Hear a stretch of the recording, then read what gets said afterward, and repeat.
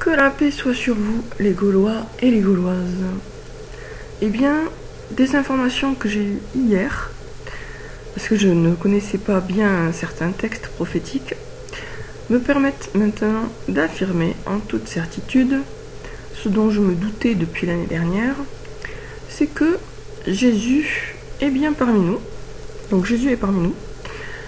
Et je peux même vous dire quelques infos sur lui.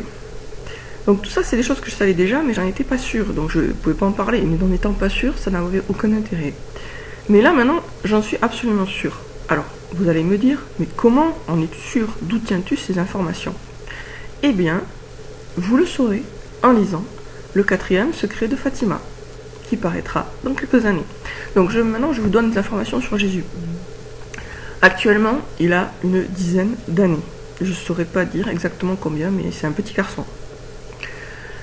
Il est belge, d'origine marocaine, musulman, très intelligent. C'est un petit garçon très intelligent.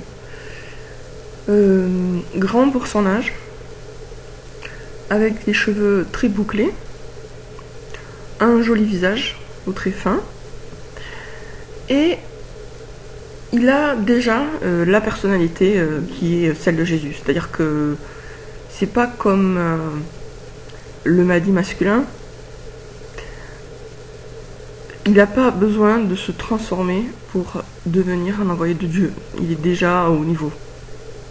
Et son prénom commence par un K. Donc là, vous avez déjà beaucoup d'infos, je trouve. Limite, vous pouvez le reconnaître si vous le connaissez. Donc, je répète, il est belge, d'origine marocaine. Il a une dizaine d'années. Il a des cheveux très bouclés, un visage aux traits fins, joli, grand, vraiment grand pour son âge. Et son prénom commence par K. Voilà, donc je vous donnerai aussi peut-être une vidéo, quelques signes symboliques qui vont dans le même sens, mais là ce que je vous dis, j'en suis absolument sûre. En fait, je lui ai parlé. Je lui ai parlé, je l'ai rencontré une fois ou deux, je crois. Non, je crois que je l'ai rencontré qu'une fois. Non, je l'ai rencontré un peu plus que ça. Non, je crois que je l'ai rencontré qu'une fois. Bon, j'ai des souvenirs un peu flous. Et voilà, voilà. Donc, bien sûr, ce que je vous dis là, vous n'avez pas à me croire sur parole, bien sûr. Et ça, c'est tout à fait, vraiment, voilà. Si vous ne me croyez pas sur parole, je dirais même que c'est d'une certaine façon à votre honneur, parce que vous voulez des preuves. Les preuves, je les ai.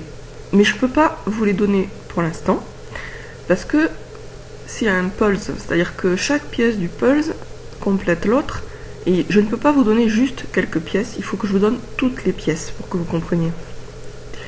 Du coup, c'est vraiment le 4e secret de Fatima qui va rassembler toutes les pièces du puzzle, y compris l'identité de Jésus.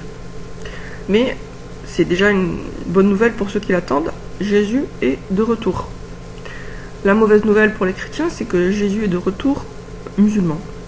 Après, il n'est pas musulman, c'est un enfant de toute façon pour l'instant, hein, mais je ne sais même pas d'ailleurs s'il fait la prière pour l'instant. C'est pas un musulman qui a été élevé. En fait, c'est un musulman qui a été élevé avec plutôt une mentalité de chrétien. Il n'est pas dans un milieu. Il n'a pas été élevé dans un milieu musulman.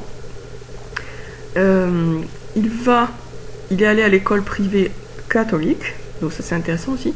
Donc par son parcours de vie, le musulman qui va à l'école catholique et qui n'a pas été élevé dans l'islam, il a déjà un profil d'intermédiaire entre le catholicisme et l'islam, ou le christianisme plus généralement, et l'islam.